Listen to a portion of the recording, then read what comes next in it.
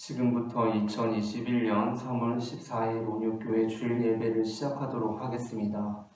다 함께 찬송가 27장 빛나고 높은 보좌와 함께 찬송 부르시겠습니다.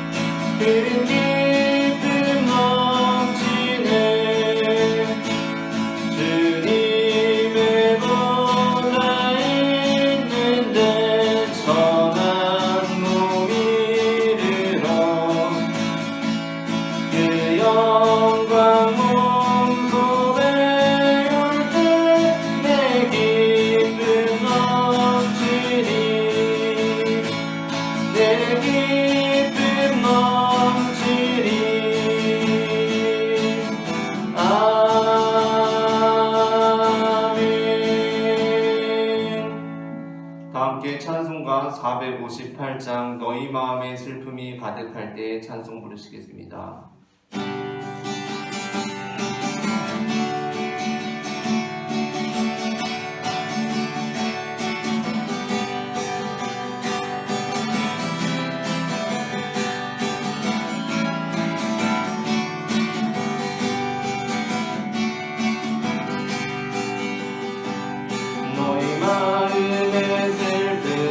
가득할 때 주가 위로해 주시리라.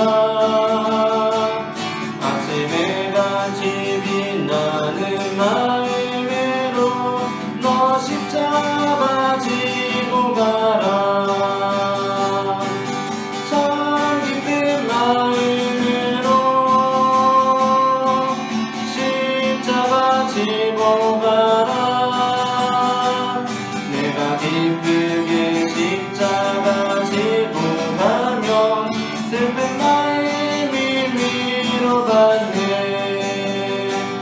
배를 따라서 주시는 은혜로서 다른 심령의 힘을 얻고 주가 언약한 말씀을 기억하고 너 십자가 지고 가라. 참 기쁜 마음으로 십자가 지고 가라. 내가 기쁘게 십자가 지고 가면 슬픈 마음이 위로받네. 내가 맡은 일 성실히 행할 때에 주님 앞에서 상 받으리. 주가 베푸신 은혜를 감사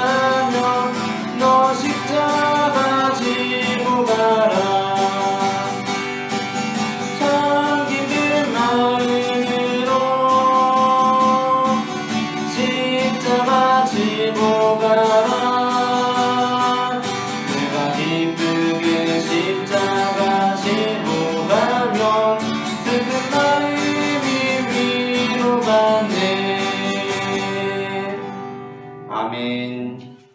교회 소식을 전하도록 하겠습니다. 오늘 주일 오전 예배는 사전 녹화하여 비대면 온라인 예배로 드리며 사전 녹화 현장에는 좌석수의 20% 이내의 인원이 참석하고 있음을 알려드립니다.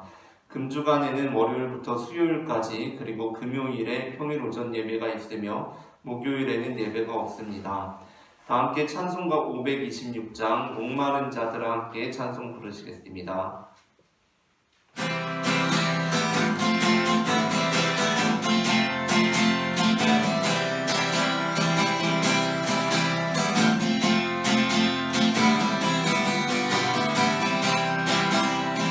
목마른 자들아 다 이리 오라 이곳에 존재를 보라 힘쓰고 애씀이 헛을 지나고 이제 내오면 다 마시겠네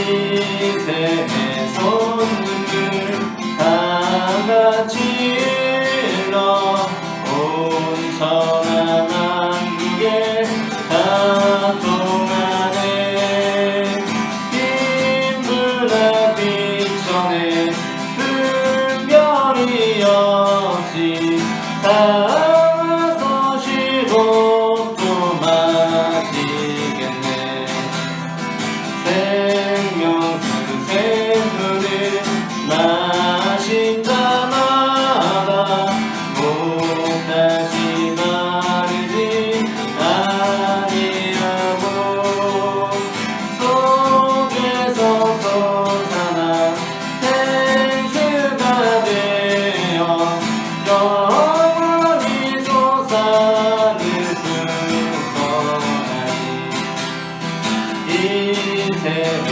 이름은 생명의 샘물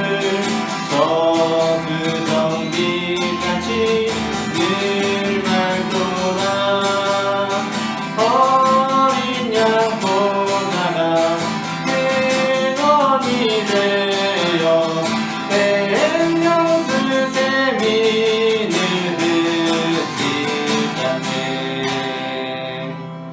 아멘. 그러므로 우리가 믿음으로 의롭다 하심을 받았으니 우리 주 예수 그리스도로 말미암아 하나님과 화평을 누리자. 또한 그로 말미암아 우리가 믿음으로 서 있는 이 은혜에 들어감을 얻었으며 하나님의 영광을 바라고 즐거워하느니라. 아멘.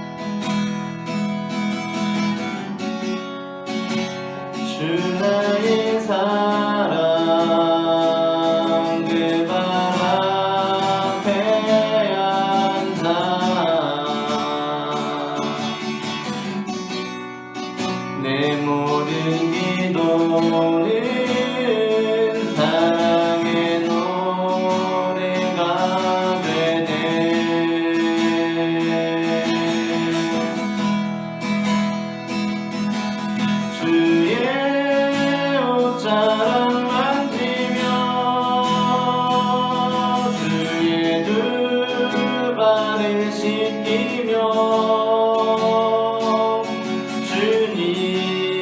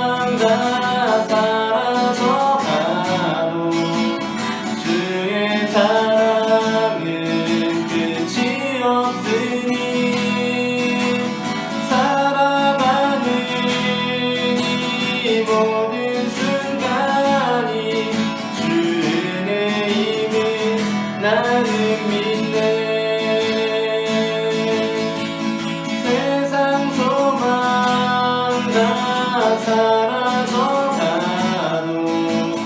주의 사랑은 끝이 없으니 살아가는 이 모든 순간이 주 은혜임을 나는 믿네.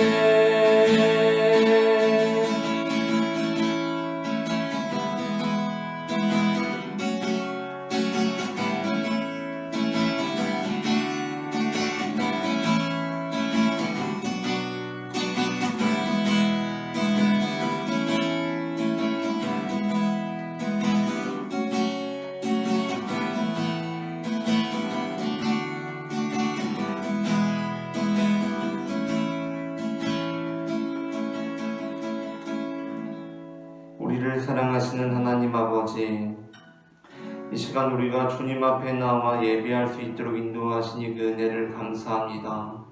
이 시간 우리가 드리는 이 예배를 주님께서 받아주시고 우리가 주님께서 예비하신 은혜를 누리는 예배를 드릴 수 있도록 인도하여 주시옵소서. 우리가 살아가는 이 모든 순간이 주님의 은혜임을 고백합니다. 주님의 은혜가 아니면 내가 바로 설 수 없으며 이 땅 가운데 나의 생명이 사라질 것이라고 생각합니다. 사랑의 주님, 주님께서 우리에게 베푸신 은혜를 통하여서 우리가 주님께 감사함으로 나아가는 예배가 될 수 있도록 인도하여 주시옵소서. 한 주간도 우리와 동행하시고 우리의 삶 가운데 도움을 베푸시는 주님의 손길을 기억합니다. 주님께서는 우리를 붙들고 계시고 우리의 삶을 인도하여 주셨으니 우리가 이제 그 은혜에 감사함으로 주님 앞에 나아갑니다. 주님께서 이 시간 우리를 붙들어 주시고 우리와 함께하고 계신다는 것을 우리가 믿음의 눈을 들어 바라볼 수 있도록 역사하여 주시옵소서. 사랑의 주님, 우리가 주님을 붙들며 나아갈 때 우리의 육신의 정욕으로 주님을 붙들지 않게 하시고 오로지 주님의 영광에 참여하는 마음으로 주님을 붙드는 자들이 될 수 있도록 인도하여 주시옵소서. 언제나 사람의 일이 아니라 하나님의 일을 바라는 자들이 될 수 있기를 소망합니다. 땅의 것들을 바라보기보다 하나님 나라를 사모하며 살아가는 심령을 허락하여 주셔서 때로 이 땅 가운데 고난과 역경이 찾아올지라도 주님만을 바라보고 새 힘을 얻으며 소망을 가지고 나아가는 믿음의 자녀들이 될 수 있도록 주님 인도하여 주시옵소서. 이 시간에도 각자의 기도 제목을 가지고 주님 앞에 나아갑니다. 사랑의 주님께서 우리에게 사명을 주시고 또한 우리에게 기도할 수 있도록 우리의 삶 가운데 여건을 주셨사오니 주님, 우리가 주님을 감동케 하는 믿음을 보이게 하셔서 세상 가운데 놀라움을 주고 주님께 영광을 올려드리는 믿음의 자녀들이 될 수 있도록 인도하여 주시옵소서. 앞으로 한 주간도 살아가는데 오늘 말씀을 통하여서 새 힘을 얻게 하시며 그 말씀의 빛을 따라 그 말씀을 내 발의 등불 삼아 살아가는 믿음의 자녀들이 될 수 있도록 도와주시옵소서. 사랑의 주 예수 그리스도의 이름으로 기도합니다. 아멘.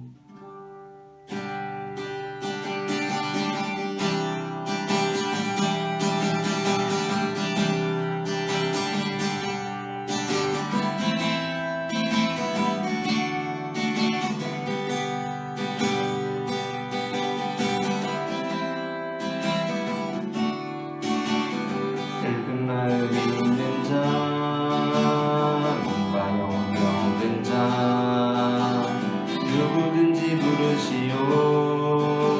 예수 이름 부르시오. 그 이름을 믿는 자, 그 이름을 부르는 자, 그가 어떤 사람이든 그는 구원 얻으리. 예수 오 능력의 그 이름 예수 나 외쳐 부르네.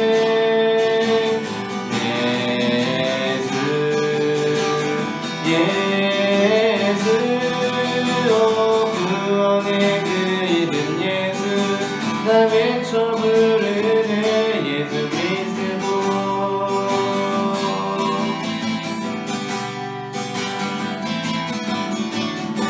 은과 금 내게 없으나 나라는 것 너에게 주니 능력의 이름 예수라 그 이름을 믿으시오 그 이름을 믿는 자 그 이름을 외치는 자 그가 어떤 사람이든 그는 주의 영광 보리라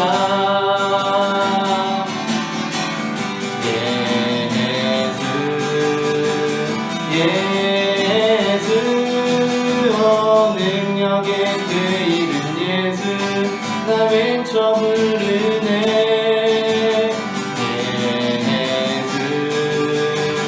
예수 구원의 그 이름 예수 나 외쳐 부르네 예수 그리스도 우리에게 주신 영광의 이름 나오지 단자마리 세상에 크게 외쳐 부르리 나의 주 예수 그리스도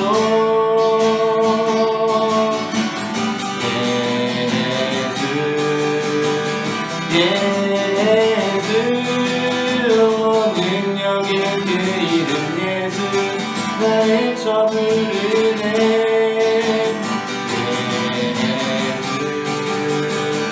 예수 구원의 그 이름 예수 나 외쳐 부르네 예수 그리스도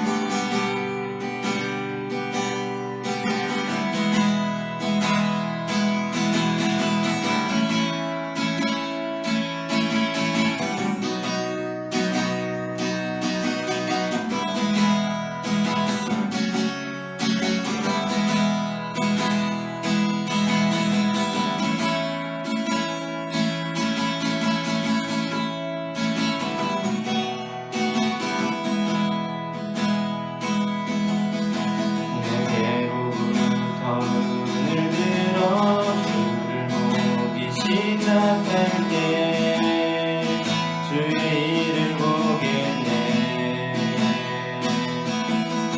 내 작은 마음 돌이키사 하늘에 굴뚝에 안에 주님을 볼 때 모든 시선을 주님께 드리고 살아계신 하나님을 느낄 때 내 삶은 주의 역사가 되고 하나님이 일하기 시작하네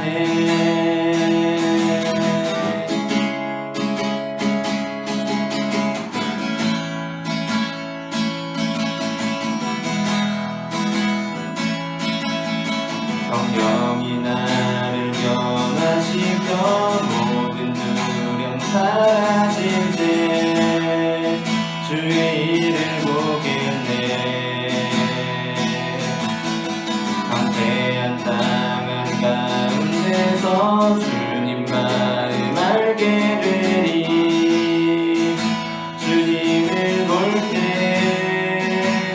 모든 시선을 주님께 드리고 전능하신 하나님을 느낄 때 세상은 주의 나라가 되고 하나님이 일하기 시작하네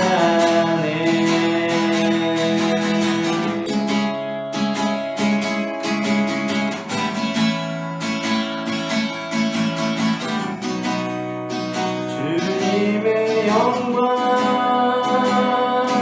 임하네 주 볼 때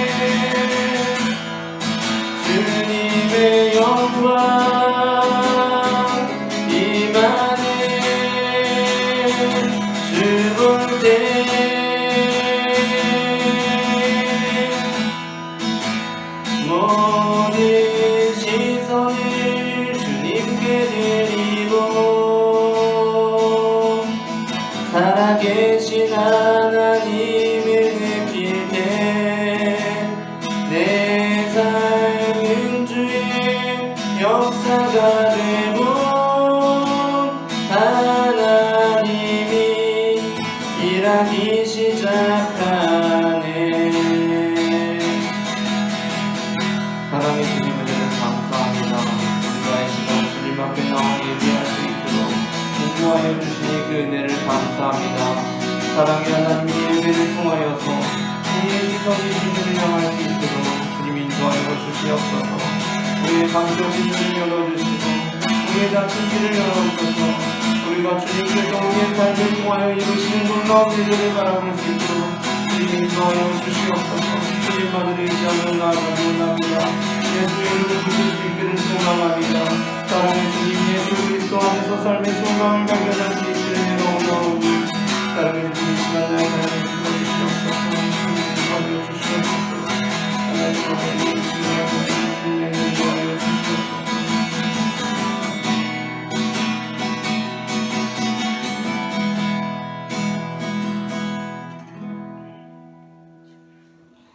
사랑의 하나님 감사합니다. 이 시간 우리가 주님의 말씀 앞에 서게 하시니 감사합니다.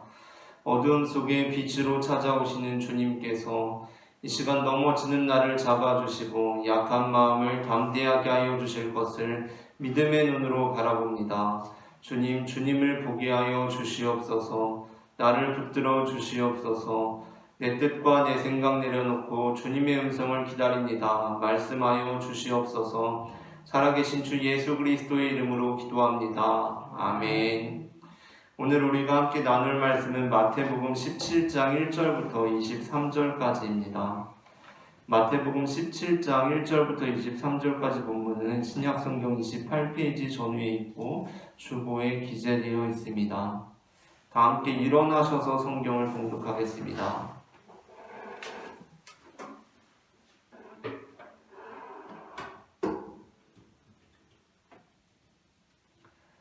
제가 한 절, 여러분이 한 절 성경을 교독하도록 하겠습니다. 엿새 후에 예수께서 베드로와 야고보와 그 형제 요한을 데리시고 따로 높은 산에 올라가셨더니 그들 앞에서 변명되사 그 얼굴에 해같이 빛나며 옷이 빛같이 되었더라. 그때 모세와 엘리야가 예수와 더불어 말하는 것이 그들에게 보이거늘 베드로가 예수께 여쭈어 이르되 주여 우리가 여기 있는 것이 좋사오니 만일 주께서 원하시면 내가 여기서 초막 셋을 짓되 하나는 주를 위하여 하나는 모세를 위하여 하나는 엘리야를 위하여 하리이다.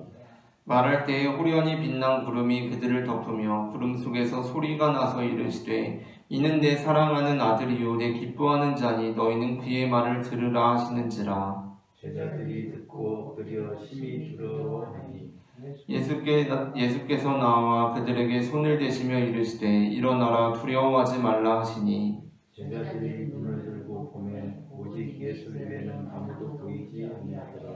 그들이 산에서 내려올 때에 예수께서 명하여 이르시되 인자가 죽은 자 가운데서 살아나기 전에는 본 것을 아무에게도 이르지 말라 하시니 제자들이 물어이르되 그러면 어찌하여 서기관들이 엘리야가 먼저 와야 하리라 하나이까. 예수께서 대답하여 이르시되 엘리야가 과연 먼저 와서 모든 일을 회복하리라. 내가 너희에게 말하노니 엘리야가 이미 왔으되 사람들이 알지 못하고 이 눈으로 들어가였도다. 인자도 이와 같이 그들에게 고난을 받으리라 하시니 그제서야 제자들이 예수께서 말씀하신 것이 세례 요한인 줄을 깨달으니라. 그들이 우리에게 이름에 한 사람이 예수께 와서 꿇어들여 이르되 주여 내 아들을 불쌍히 여기소서. 그가 간질로 심히 고생하여 자주 불에도 넘어지며 물에도 넘어지는지라. 내가 주의 제자들에게 데리고 왔으나 능히 고치지 못하더이다. 예수께서 대답하여 이르시되 믿음이 없고 패역한 세대여 내가 얼마나 너희와 함께 있으며 얼마나 너희에게 참으리요 그를 이리로 데려오라 하시니라. 이에 예수께서 꾸짖으시니 귀신이라고 나서 그때부터 합니다. 이때 제자들이 조용히 예수께 나와 이르되 우리는 어찌하여 쫓아내지 못하였나이까. 이르시되 너희 믿음이 작은 까닭이니라. 진실로 너희에게 이르노니 만일 너희에게 믿음이 겨자씨 하나만큼만 있어도 이 산을 명하여 여기서 저기로 옮겨지라 하면 옮겨질 것이요 또 너희가 못할 것이 없으리라. 갈릴리에 모일 때에 예수께서 제자들에게 이르시되 인자가 장차 사람들의 손에 넘겨져 죽임을 당하고 제3일에 살아나리라 하시니 제자들이 매우 근심하더라. 아멘. 자리에 앉으시겠습니다. 이 시간 예배의 자리에 나오신 여러분을 축복합니다. 오늘 저는 앞서 읽은 마태복음 17장 1절부터 23절까지의 본문으로 산에서 내려올 때라는 제목의 설교를 하려고 합니다. 전해지는 말씀 가운데 하나님의 은혜가 있기를 바랍니다. 오늘 본문 20절에서 예수님께서는 우리에게 믿음이 겨자씨 한 알만큼만 있어도 이 산을 명하여 여기서 저기로 옮겨지라 하면 옮겨질 것이라고 말씀하십니다. 우리에게 믿음이 겨자씨 한 알만큼만 있어도 이 산을 명하여 여기서 저기로 옮겨지라 하면 옮겨질 것이라고 말씀하십니다. 이 말씀을 듣고 보면 우리는 과연 나한테 믿음이 있나라는 생각을 하게 됩니다. 아마 예수님의 이 말씀이 사실이라면 지금 현재 이 지구상에, 아니 인류 역사상 어느 누구도 겨자씨 한 알만큼의 믿음도 가졌던 바가 없을 것입니다. 예수님의 이 말씀이 사실이라면 지금 이 지구상은 물론이고 인류 역사상 어느 누구도 말로만 믿음하지 겨자씨 한 알만큼의 믿음도 가지지 못했을 것입니다. 왜냐하면 예수님께서는 지금 이 겨자씨 한 알만큼의 믿음만 있어도 이 산을 명하여 여기서 저기로 옮겨지라 하면 옮겨질 것이라고 말씀하고 계시기 때문입니다. 그러나 예수님께서는 이 말씀을 지금 사실로서 말씀하고 계신 것이 아닙니다. 이것은 어떠한 표현입니다. 아마 예수님께서 이 말씀을 하신 것은 너희에게 믿음이 조금이라도 있다면 이 땅에 살아가면서 여러 가지 능력을 경험할 수 있을 것이라는 그러한 의미를 담아서 관용적인 표현으로서 이렇게 표현하셨다라고 우리가 이해할 수 있을 것입니다. 옛날에 동네에서 힘이 굉장히 세거나 싸움을 잘하는 사람이 있으면 어르신들이 쟤는 소도 때려잡겠다 이런 얘기를 했었습니다. 그런데 사실 어떤 사람도 소를 때려잡기는 거의 불가능하다고 할 수 있습니다. 소가 한번 화가 나면은 뒷발질하면 큰일입니다. 그런데 그냥 힘이 세고 싸움을 잘하면은 소도 때려잡겠다라고 그렇게 이야기를 하고 다 그렇게 이해합니다. 예수님께서 하신 이 말씀도 진짜 산이 옮겨질 것이다 라는 사실적인 말씀이라기보다는 너희가 이 땅에 살아가면서 믿음이 있다면 참 놀라운 일들을 경험하게 될 것이다 라는 것에 대한 표현이라는 것입니다. 그런데 오늘 마태복음 본문에서 굳이 산이라고 언급한 것이 우리의 시선을 사로잡고 있습니다. 예수님께서는 다르게 말씀하신 것이 아니라 산이 옮겨질 것이다 라고 말씀하십니다. 왜 하필 산입니까? 마태복음에서는 오늘 본문 20절과 아주 비슷한 의미를 지닌 본문이 21장 21절부터 22절에 다시 나오고 있습니다. 마태복음 21장 21절부터 22절입니다. 예수께서 대답하여 이르시되 내가 진실로 너희에게 이르노니 만일 너희가 믿음이 있고 의심하지 아니하면 이 무화과 나무에게 된 이런 일만 할 뿐 아니라 이 산더러 들려 바다에 던져지라 하여도 될 것이요 너희가 기도할 때에 무엇이든지 믿고 구하는 것은 다 받으리라 하시니라. 아멘. 비슷한 표현이 반복되고 있지 않습니까? 예수님께서 믿음에 대해서 강조하시면서 이 산더러 들려서 바다에 던져지라 해도 그렇게 될 것이다 라고 말씀하시고 있는 부분입니다. 그리고 이 본문, 지금 방금 읽은 이 마태복음 21장 21절 산더러 들려서 바다에 던져질 것이다 라고 말씀하신 이 본문은 마가복음 11장 23절을 참고하여 작성된 것입니다. 마가복음 11장 23절부터 24절입니다. 내가 진실로 너희에게 이르노니 누구든지 이 산더러 들리어 바다에 던져지라 하며 그 말하는 것이 이루어질 줄 믿고 마음에 의심하지 아니하면 그대로 되리라. 그러므로 내가 너희에게 말하노니 무엇이든지 기도하고 구하는 것은 받은 줄로 믿으라. 그리하면 너희에게 그대로 되리라. 아멘. 이 마가복음이 먼저 작성한 것을 마태복음이 참고해서 작성한 것으로 이렇게 생각이 되는데 이 두 본문은 여러 가지 표현들의 사용에 있어서 서로 비슷하고 또 상황적으로도 어떠한 상황이냐면 예수님께서 무화과 나무를 말라 죽게 하신 후에 어떠한 표징으로서 무화과 나무를 말라 죽게 하신 후에 하신 말씀이라는 점에서 이 두 본문이 같은 본문이다, 병행 본문이다 라고 이렇게 이해할 수 있을 것입니다. 근데 마태복음에서는 2번 나온다고 하지 않았습니까? 아까 마가복음을 참고한 본문과 또 한 본문이 바로 오늘의 본문입니다. 이 오늘의 본문은 누가복음 17장 6절과 그 출처를 함께하고 있는 것으로 생각됩니다. 마가복음에는 나오지 않고 있는 본문이기 때문에 누가복음 17장 6절 본문이 이렇게 말씀하고 있습니다. 주께서 이르시되 너희에게 겨자씨 한 알만한 믿음이 있었더라면 이 뽕나무더러 뿌리가 뽑혀 바다에 심기어라 하였을 것이요 그것이 너희에게 순종하였으리라. 아멘. 누가복음 본문은 특별히 겨자씨 한 알만한 믿음이라는 표현을 사용하고 있다는 점에서 오늘 우리가 읽은 본문 마태복음 17장 20절과 같은 출처를 사용하고 있는 것으로 생각이 됩니다. 두 본문 다 겨자씨 한 알만한 믿음이라는 표현을 사용하고 있습니다. 그런데 어떻습니까? 누가복음에서는 그 뒷부분이 표현이 달라지고 있습니다. 앞부분과 달리 뒷부분의 표현이 서로 다릅니다. 누가복음은 어떻게 말씀하고 있습니까? 너희에게 겨자씨 한 알만한 믿음이 있었더라면 이 뽕나무더러 뿌리가 뽑혀 바다에 심기어라 하였어도 그대로 될 것이다 라고 말씀하십니다. 근데 마태복음은 어떻게 달라집니까? 이 산을 명하여 여기서 저기로 옮겨지라면 옮겨질 것이다 라고 말씀하고 있다는 것입니다. 이러한 차이가 왜 나는가? 가장 유력한 가능성은 누가복음과 마태복음이 서로 독립적으로 어떤 동일한 출처로부터 예수님의 말씀으로부터 그것을 사용하고 있는데 누가복음이든 마태복음이든 어느 하나가 그 출처로부터 내용을 가져오면서 또는 기억하면서 그 표현을 의도적으로 달리하고 있다는 것입니다. 예수님께서 분명 어떻게 말씀을 하셨을 것인데 그 표현을 의도적으로 달리하고 있다는 것입니다. 어떤 복음서가 그 표현을 의도적으로 달리하고 있다고 생각이 되십니까? 제가 볼 때에는 앞부분에서 지금 예수님께서 뭐라고 말씀하시냐면 겨자씨 한 알만한 믿음이다 라고 말씀하고 있습니다.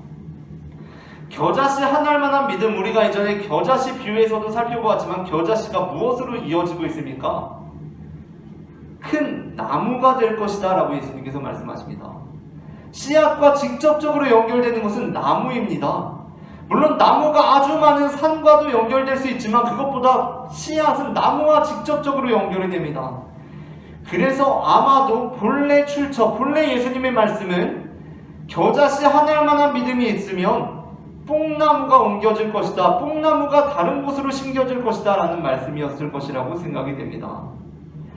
그런데 그렇다고 우리가 이해를 한다면 마태복음은 왜 굳이 씨앗과 나무의 자연스러운 이 연결을 포기하면서까지 자신이 믿고 있는 예수님, 자신이 우리에게 들려주고 싶은 예수님을 소개하면서 산이 옮겨질 것이다 라고 이렇게 표현하고 있는 것입니까?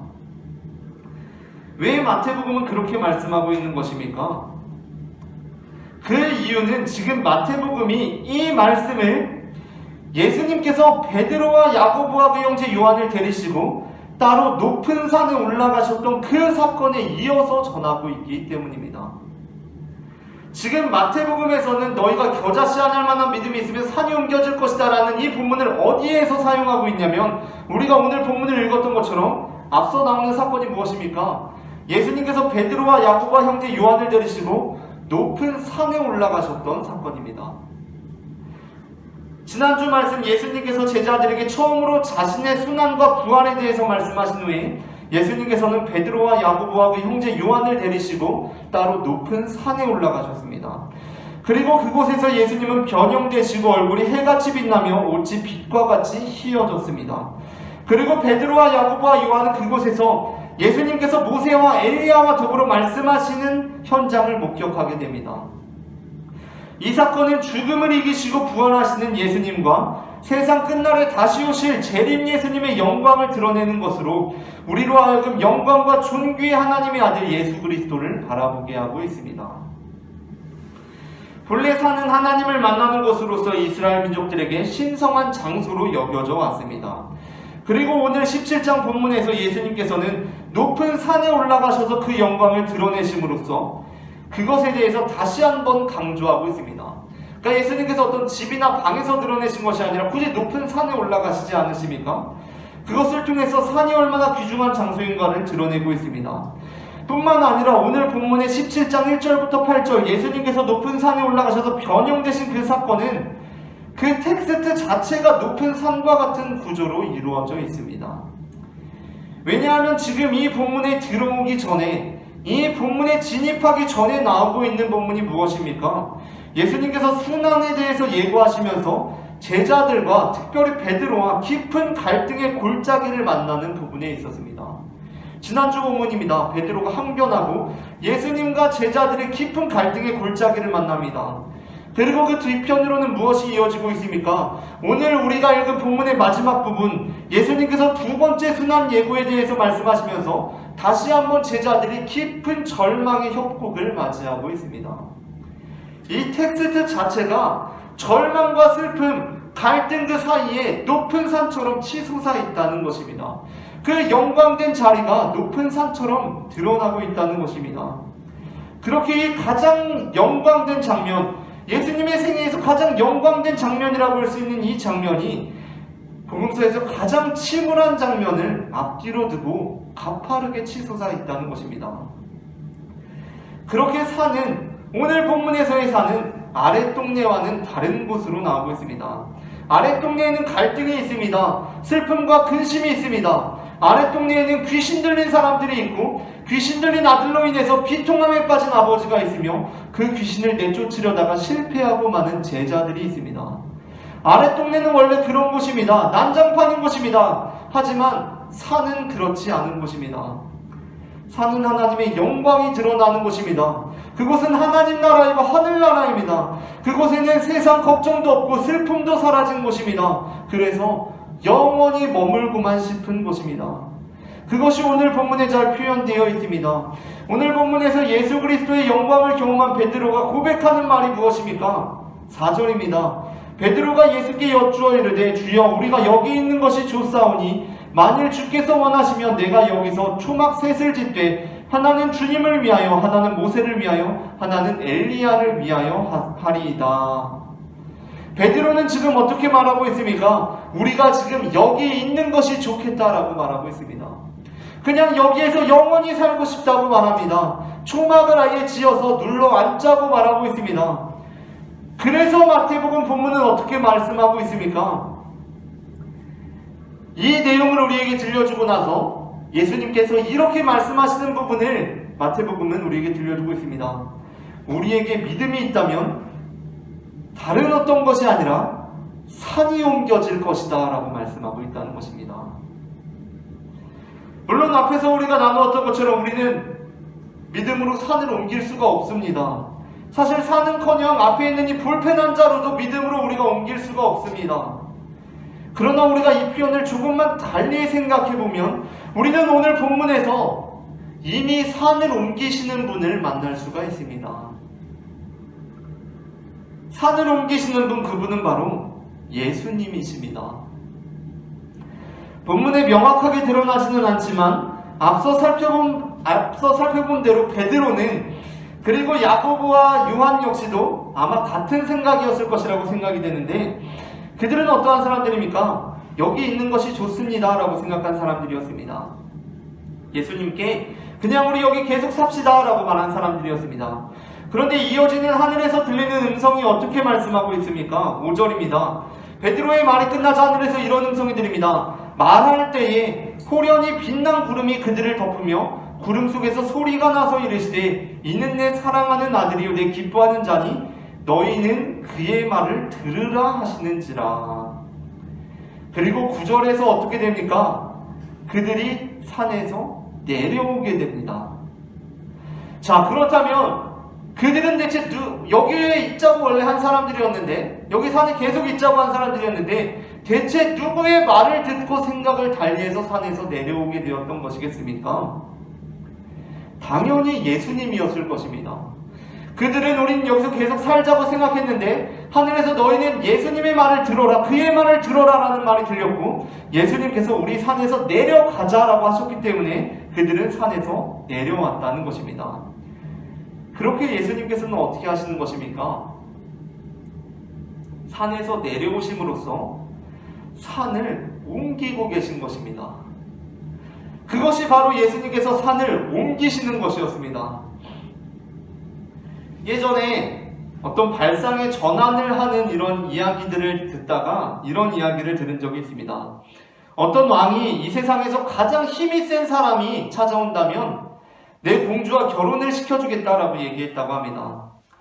그러자 온갖 힘센 사람들이, 장사들이 몰려들었습니다. 사방팔방에서 몰려들어와가지고 온갖 무거운 것을 다 들면서 자기의 힘을 자랑하는 것입니다. 그런데 어떤 한 호리호리한 사람이 그 자리에 들어왔습니다. 아니 대체 당신은 장사들 힘이 센 사람들만 오라고 했는데 당신이 무슨 일이냐고 하니까 자기는 이 세상에서 가장 무거운 것을 다 들 수 있다고 얘기하는 것입니다. 그래서 그럼 뭘 들 수 있냐고 하니까 아니 뭐라도 가져오면 다 들 수 있다고 이야기를 하는 것입니다. 그래서 아무것도 안 가져왔다고 얘기합니다. 그래서 이제 거기에서 궁전에서 가장 무거운 것들을 다 가져오기 시작합니다. 온갖 것들을 다 가져오는데 더 가져오라고 이렇게 이야기를 합니다. 그래서 잔뜩 다 가져왔습니다. 그러니까 이 호리호리한 사람이 이렇게 말하는 것입니다. 아, 이것으로는 내 힘을 보여주기가 역부족이다. 나는 더 많은 것을 들 수 있다라고 하면서 이제 내 힘을 보여주겠다라고 하면서 이 사람이 한 행위가 무엇인 줄 아십니까? 그 자리에서 물구나무를 선 것이었다고 합니다. 물구나무를 서고서 이 사람은 이렇게 외쳤습니다. 저는 지금 당신들이 가져온 것뿐만 아니라 이 세상에 있는 모든 것을 다 들고 있습니다. 라고 이렇게 소리쳤다고 합니다.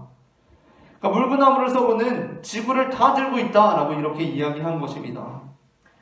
우리 모든 인간은 우리 주변에 있는 모든 것들을 상대적으로 경험하고 상대적으로 관계할 수밖에 없습니다. 그 사람이 물구나무를 선 것을 조금만 상대적으로 바라보니까 어떻게 하고 있는 것입니까? 그 사람이 지금 지구를 들고 있는 것이 된다는 것입니다. 지금 우리 사는 형편이 3, 40년에 비하면 훨씬 모두들 나아진 형편일 것입니다. 그럼에도 불구하고 가끔 우리가 인생이 우울해지고 기분이 다운되고 침체되는 이유가 무엇입니까? 분명 우리는 3, 40년 전에 비하면 훨씬 잘 살고 있는데 우리의 인생이 우울해지는 이유는 근데 나보다 저 사람이 더 잘 살기 때문입니다.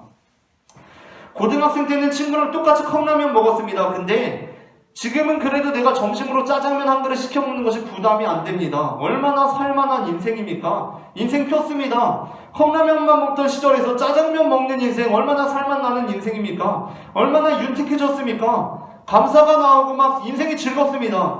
그런데 한순간 우리의 삶을 비참하고 초라하게 만드는 상황이 있습니다. 어떠한 상황입니까? 내가 중국집에 가서 짜장면 시켜서 먹고 있는데 고등학교 때 같이 컵라면 먹던 애가 그 중국집에 들어와서는 나는 진짜 한 달에 한 번 시킬까 말까 한 짜장면에 탕수육 세트로 나오는 거를 매일 먹는 것처럼 거리낌 없이 시켜서 먹고 있는 것입니다. 그러면 순간 내 인생이 어떻게 느껴집니까? 너무 초라하고 비참하게 느껴집니다. 와, 쟤는 예전에 나랑 컵라면 같이 먹던 애인데 탕수육을 시켜 먹네? 라는 생각이 들면서 내 인생이 비참하게 느껴지는 것입니다. 분명 나는 지금 20, 30년에 살던 집에 비하면 훨씬 좋은 집에 살고 있습니다. 그런데 지금이 그때보다 행복하지 않은 이유는 무엇입니까? 그때는 거의 비슷비슷하게 살았습니다. 나도 이렇게 살고 옆집에도 그렇게 살고 건너 동네에도 그렇게 살았습니다. 그런데 지금은 나보다 좋은 집에 사는 사람들이 너무나 많은 것입니다. 그 사람들이 보이는 것입니다. 그러니까 이전보다 내 상황이 나아졌음에도 불구하고 인생이 우울해지는 것입니다. 그런 상황에 빠져있으면 야 그래도 지금은 낫잖아. 예전에 컵라면 먹었지만 지금은 짜장면 먹잖아 라고 위로하는 것이 사실 크게 도움이 되지가 않습니다. 왜냐하면 인간은 상대적인 존재이기 때문입니다. 인간은 상대적인 존재입니다. 옛날에 컵라면 먹었다가 지금 짜장면 먹는다고 행복한 게 아닙니다. 왜 그렇습니까? 지금 쟤는 탕수육 먹고 있기 때문입니다. 그래서 상대적인 인간이 그렇게 느끼게 되는 상대적인 박탈감을 대충 눈가림하고 넘어가기보다는 그것을 현실적으로 어떻게 완화해 줄 것인지가 더 중요하다는 것입니다. 자, 그러면 이제 우리는 이러한 상대적인 시각에서 오늘 본문을 다시 볼 필요가 있습니다. 우리는 산을 옮길 수 있는 믿음을 가질 수 없습니다. 그래서 혹시 산이 옮겨지지가 않아서 나는 겨자씨 하나일 만한 믿음도 없나? 왜 산이 안 옮겨지지? 라고 생각하십니까? 아닙니다. 우리는 상대적으로 이 본문을 읽어야 합니다. 지금 예수님께서 어떻게 하고 계십니까? 산에서 내려가고 계십니다. 의도적으로 마태복음은 이후에 너희 믿음이 겨자씨 한 알만큼만 있으면 산을 옮길 수 있을 것이라고 말씀하신 본문을 우리에게 드러내고 있습니다. 지금 예수님께서 의도적으로 너희 믿음이 겨자씨 한 알만큼만 있으면 산을 옮길 수 있을 것이다 라고 말씀하신 그분께서 산을 내려가고 계십니다. 그런데 예수님의 입장에서 보면 어떻습니까? 지금 산이 옮겨지고 있는 것입니다. 예수님께서 걸음을 옮기심을 통해서 그 산이 옮겨지고 있는 것입니다. 마치 물구나무를 선 것 같이 조금만 달리 보면 지구를 든 것 같이 보이는 것처럼 예수님께서 산으로부터 걸음을 옮기시는데 조금 달리 보니까 예수님으로부터 산이 옮겨지는 것입니다. 그런데 예수님께서는 이것이 바로 믿음이 있을 때 가능한 것이다 라고 말씀하신다는 것입니다. 믿음이 없는 사람들은 어떻습니까? 절대 그 산을 옮기지 못합니다.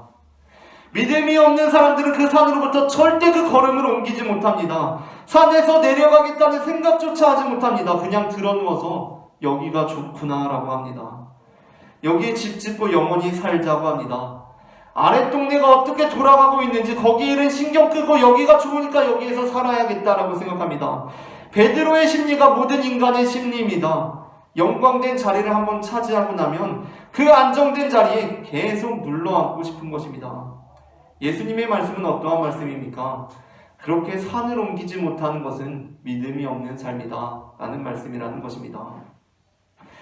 예수님께서는 우리에게 믿음이 있다면 우리는 산을 옮기는 자들, 산으로부터 걸음을 옮기는 자들, 산에서 내려가는 자들이 되어야 한다라고 말씀하십니다. 왜냐하면 그 산 아래에는 고통받고 있는 영혼들이 있기 때문입니다. 그곳에는 귀신 들려서 불 속에 들어가서 데이고 물 속에 들어가서 고통당하는 한 아이가 있습니다. 그곳에는 그 아이로 인해서 그 눈에서 눈물이 마를 날이 없는 아버지가 있습니다. 그 아이를 고치려고 해보지만 실패하고 또 실패하고 많은 제자들이 있습니다. 믿음이 없는 사람들에게는 하지만 그 모든 것들이 상관없는 이야기입니다. 그래서 그들은 산을 옮기지 않습니다. 산을 옮길 능력이 없습니다. 하지만 믿는 자들은 그것을 보고 산에서 내려옵니다. 그것을 알기 때문에 그 산을 옮깁니다. 얼마나 기적 같은 믿음입니까? 영광된 자리에, 안정된 자리에 있을 수가 있는데 그것을 포기하고 산을 옮기고 있는 것입니다. 자신들의 편안함과 안정을 포기하면서 고통받는 영혼들을 위해서 내려갑니다. 산으로부터 내려갑니다. 지금 나에게 있는 이 영광이, 안정이, 모든 것들을 포기하고 뒤로 하고 산으로부터 걸음을 옮겨서 다른 이들을 향해 나아가는 삶. 예수님께서는 이것이야말로 산을 옮기는 기적과 같은 믿음이 아니냐라고 말씀하고 계신다는 것입니다.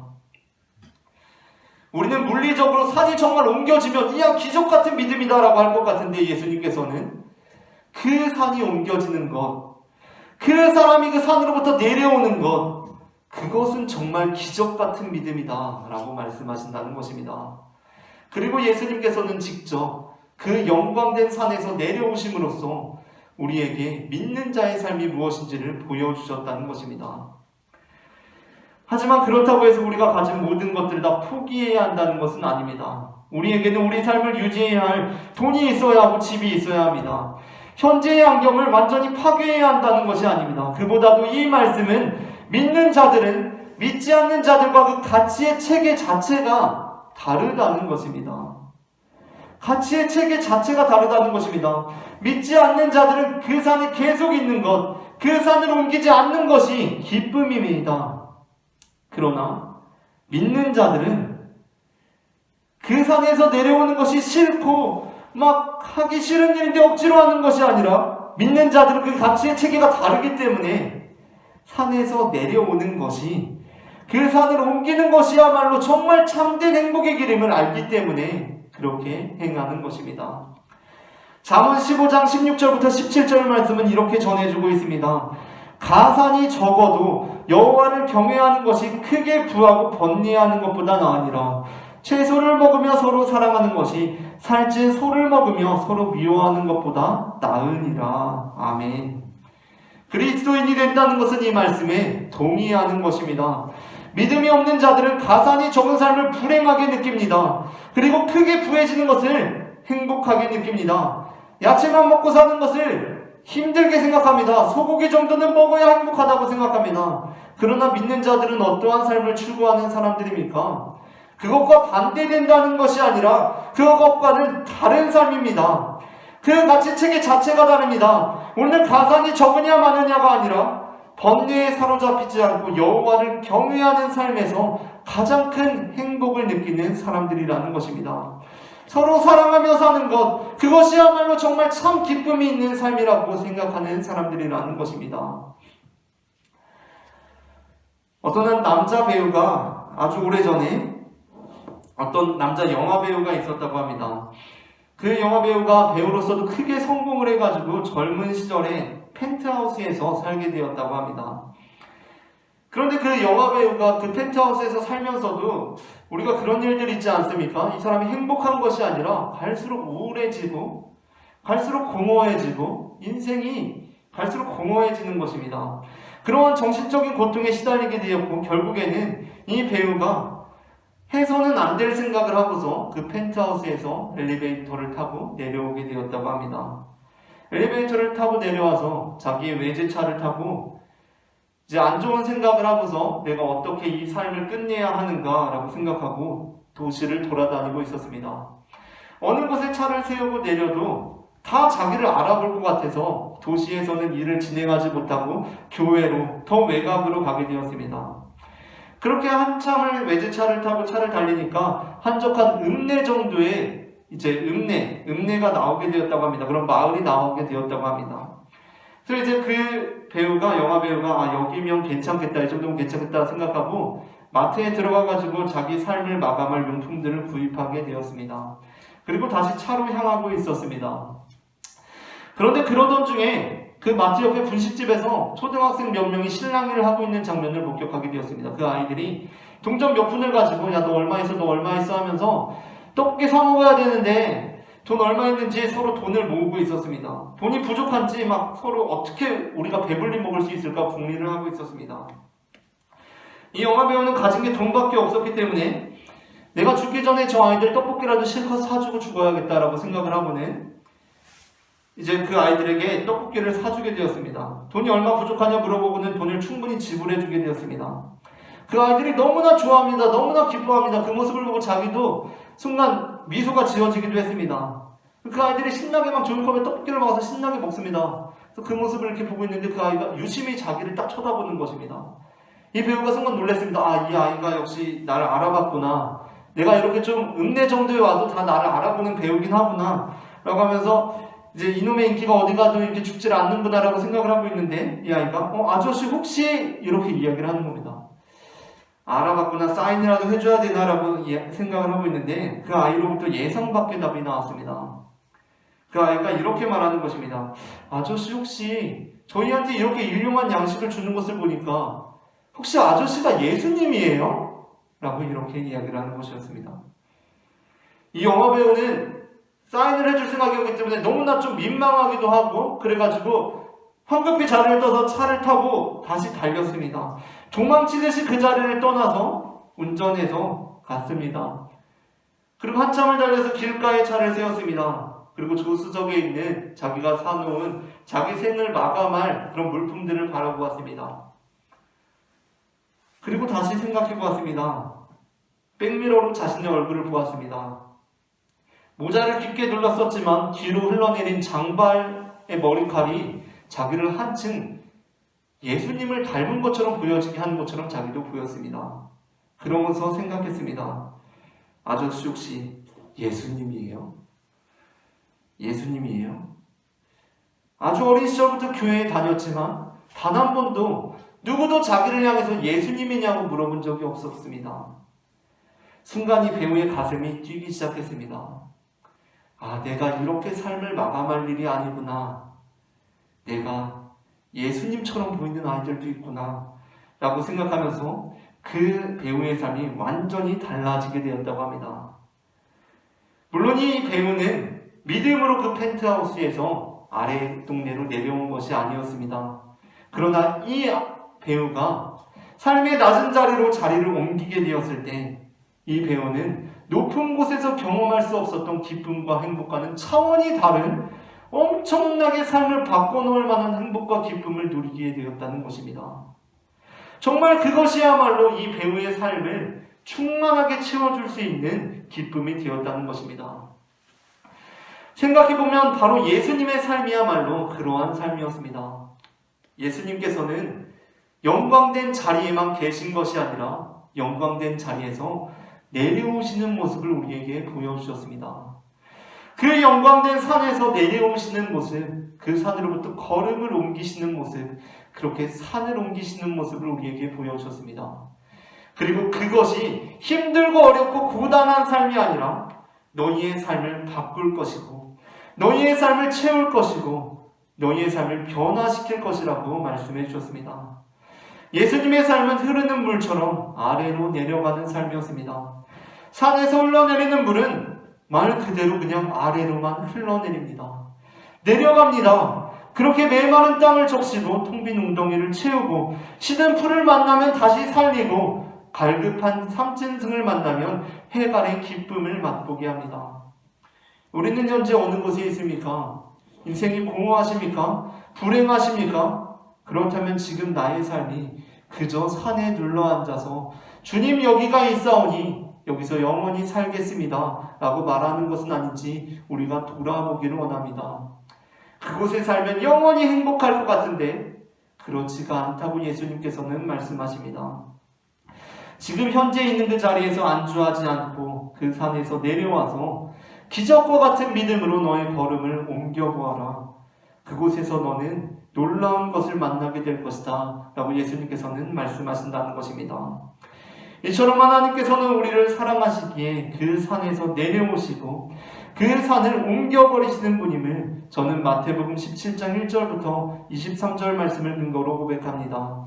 오늘 전해진 말씀 가운데 하나님의 은혜가 임했기를 바랍니다. 이 시간에는 우리 함께 찬양하길 원합니다.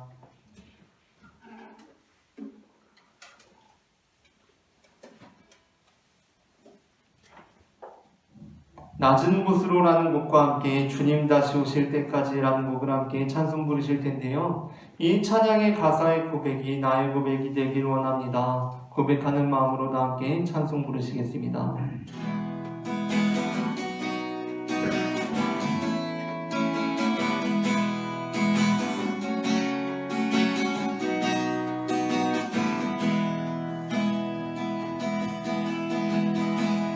우리의 성김이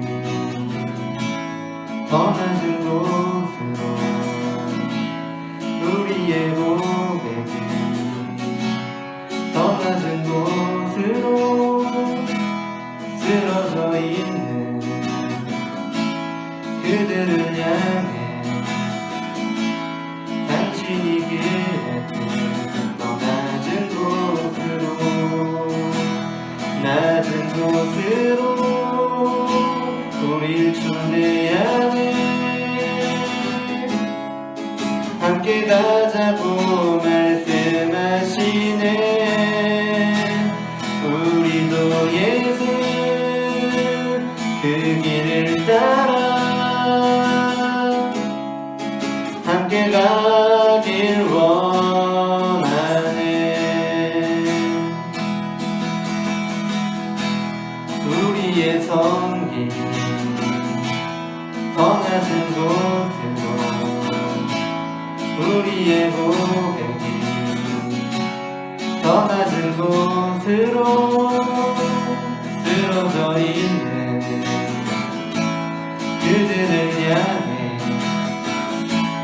당신이 그랬듯 더 낮은 곳으로 낮은 곳으로 우릴 초대하네. 함께하자고 말씀하시네. 우리도 예수 그 길을 따라 함께 가길 원하네. 주님이 우리와 함께 하시네.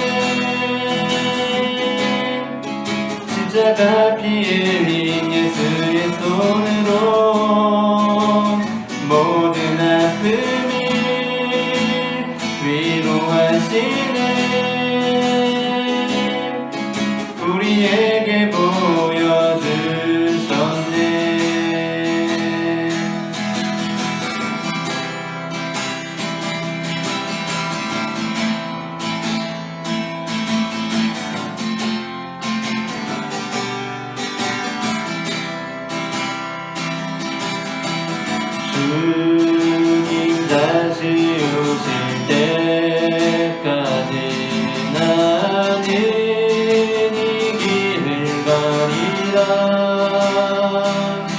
좁은 눈 좁은 길 나의 십자가 지고 나의 가는 이 길 끝에서 나는 주님을 보리라. 영광의 내 주님 나를 맞아주시니 주님 다시 오실 때까지 나는 일어나 달려가리라. 주의 영광 온 땅 덮을 때 나는 일어나 노래하리. 내 사모하는 주님 온 세상 부르시라. 내 사모하는 주님 영광의 왕이시라. 주님 다시 오실 때까지 나는 이 길을 가리라. 좁은 눈 좁은 길 나의 십자가 지고 나의 가는 이 길 끝에서 나는 주님을 보리라. 영광의 내 주님 나를 맞아주시니 주님 다시 오실 때까지 나는 일어나 달려가리라. 주의 영광 온 땅 덮을 때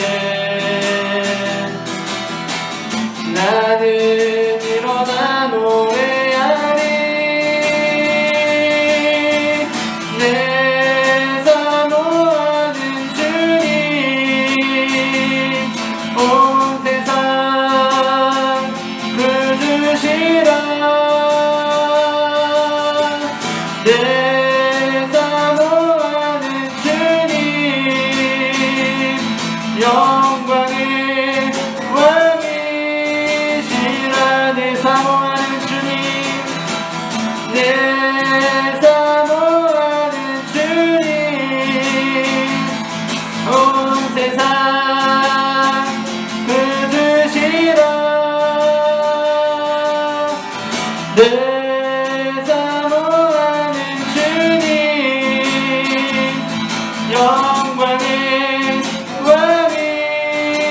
왕이시라. 이 시간에 우리 함께 기도하기로 원합니다. 사랑의 주님께서 하늘로부터 내려오시고 그 산으로부터 걸음을 옮기심으로 믿는 자의 삶이 무엇인지 우리에게 보여주신 주님, 하나님 우리가 주님의 길을 따르기를 원합니다.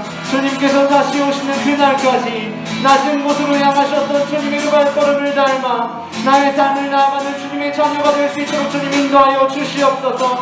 다 함께 기도하시겠습니다. 사랑의 하나님 감사합니다. 하나님 우리를 위하여서 하나님 높고 높은 보좌를 버리시고 우리의 삶에 찾아오신 예수 그리스도의 걸음을 우리가 바라봅니다. 하나님 주님께서 이 비천한 삶 가운데 찾아오셔서 주님의 구원을 베풀어 주시고 우리의 손을 붙들어 주시고 병든 우리를 치유하여 주시고 주님께서 우리를 살려주셨으니 사랑의 주님 우리가 주님의 그 걸음에 닮아 따라가갈 수 있는 믿음의 자녀들이 될 수 있도록 주님 인도하여 주시옵소서. 주님께서 향하신 그 낮은 곳으로 내가 나아가기를 소망합니다. 주여 나에게 용기와 사랑을 더하여 주시기를 원합니다. 주님께서 초대하시는 그 자리에 나도 주님의 손을 붙들고 설 수 있도록 주님 인도하여 주시옵소서. 하나님 아버지, 위하여 내가 삶을 옮기는 믿음을 세상 가운데 보여주고 그 기적 같은 믿음을 세상 가운데 전하는 믿음의 자녀가 될 수 있도록 주님 인도하여 주시옵소서.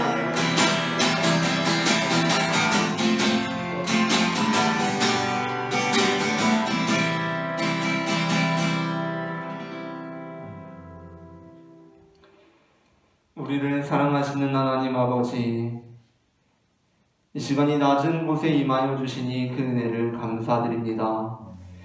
이제 우리도 주님처럼 낮은 곳을 향할 수 있도록 우리의 삶을 인도하여 주시옵소서. 이제는 우리의 경외를 받기에 합당하신 하나님 아버지의 사랑과 영광의 그날에 다시 오실 예수 그리스도의 은혜와 우리의 삶에 역사하셔서 우리에게 산을 옮길 만한 믿음을 허락해 주시는 성령 하나님의 인도하심이 지금 각자의 자리에서 희생과 사랑의 믿음으로 현재의 산을 내려가겠다고 결단하는 모든 영혼들의 머리 위에 지금부터 영원토록 함께 하시기를 간절히 축원하옵나이다. 아멘.